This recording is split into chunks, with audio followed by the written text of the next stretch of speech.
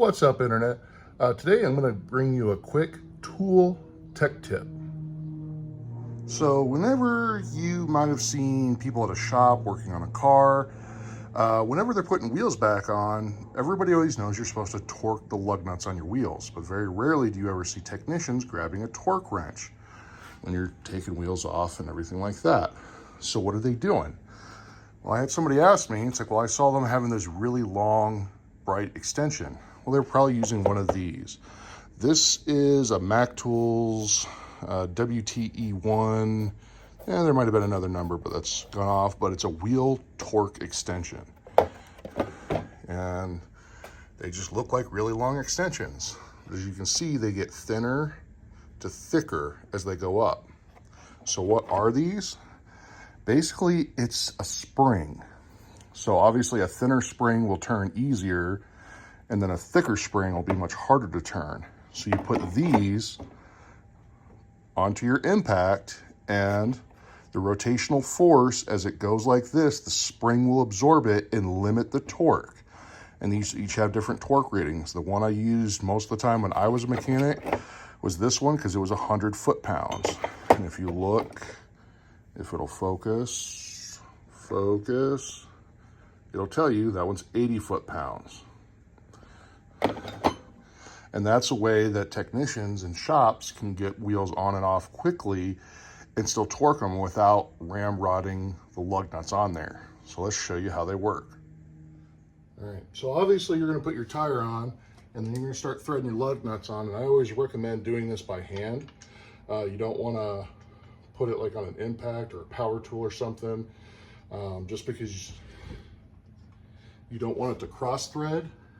Because especially depending on your impact and the tool you're using, when it cross threads, it can weaken the stud. And once that stud weakens, it can break in half. Want to know how I know that? Because apparently I did it last time and I broke a stud and a lug nut. So I had to go run to the auto parts store to get a new one. Then spend time putting that on. But it's together. All right. So take our impact, take your whatever extension you have off. You don't want to have a bunch of extensions on there because that can mess with the overall torque value of everything. So I just like to run everything down.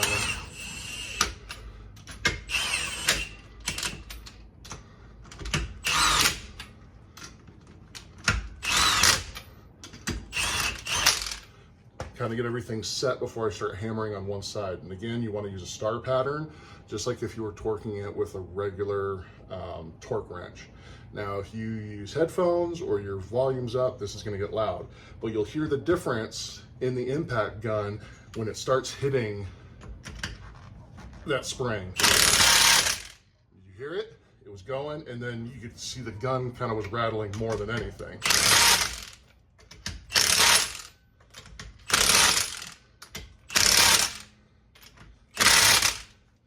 All right, as you can see, it's a lot quicker than using a torque wrench. Now for hobbyists, I always recommend still using a torque wrench. And when we put this on the ground, we're gonna get my torque wrench and see how accurate that 80 foot-pounds is for these lug nuts. All right, so got my half-inch torque wrench, and it is a good one. It is a snap-on. Got it set to 80 foot-pounds, so let's see. It's good there. Got a little turn out of that one.